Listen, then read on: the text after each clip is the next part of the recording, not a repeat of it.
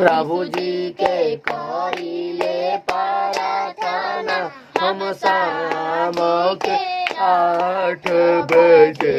ए भैया हो ले चलिया प्रभु से आशीषिया हो सांझिया के 8 बजे। ए भैया चला यीशु के दुआरी प्रभु के महिमा हवे भारी सामर्थ्य उतरल उनके दुआरी कबो न जाई मत हारी।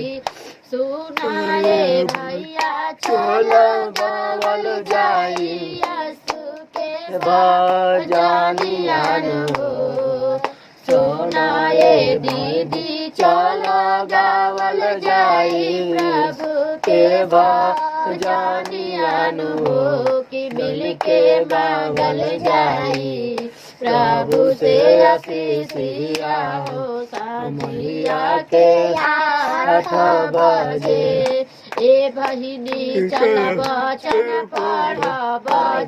पढ़ के आगे बढ़ चल जइबू तू चंडीगढ़ चरच अब तू चल सीढ़ी चढ़ रची रची लगाव गो हरिया हो संझिया के 8 बजे। रची रची लगाव गो हरिया हो संझिया के 8 बजे। कि मिल के मांगल जाई प्रभु से आशीषिया हो सांझिया के 8 बजे। कि प्रभु जी के गावल जाई सुना हो भजनिया हो सांझिया के 8 बजे। ए बहिनी चल ब्रिज निकाल के राज में डाल देखो सब होई हो भाला खोल जाई हो भाग्य के ताला। सुनाए सासू चलो गुजल जाई यीशु के रानियान हो।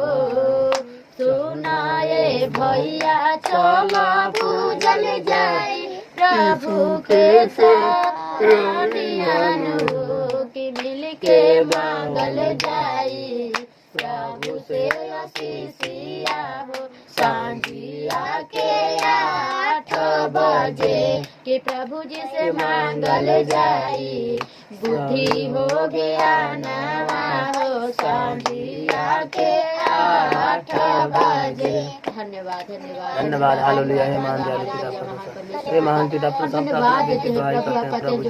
आप कहते हैं जो मेरे नाम से 2-3 इकट्ठे होते हैं मैं उनके बीच में रहता हूँ। हम लोग महसूस करते हैं पिता परमेश्वर आप हमारे बीच में हमारे पास में है पिता। जो भी हम लोग वचन पढ़े पिता, जो भी पवित्र आत्मा के द्वारा हम लोग वचन पढ़े आपकी महिमा सफल होने पाए पिता। हम धन्यवाद देते हैं जो भी हम वचन के आपके आत्मा को से होने पाए पिता। जो भी हमारे भाई बहन वचन को सुने वो वचन के लायक होकर चलने पाए पिता। धन्यवाद देते हैं उद्धारकर्ता पिता यीशु के हाथ में सौंपते हैं सुन और दया कर आमीन। आमीन। हालेलुया। सबको जय।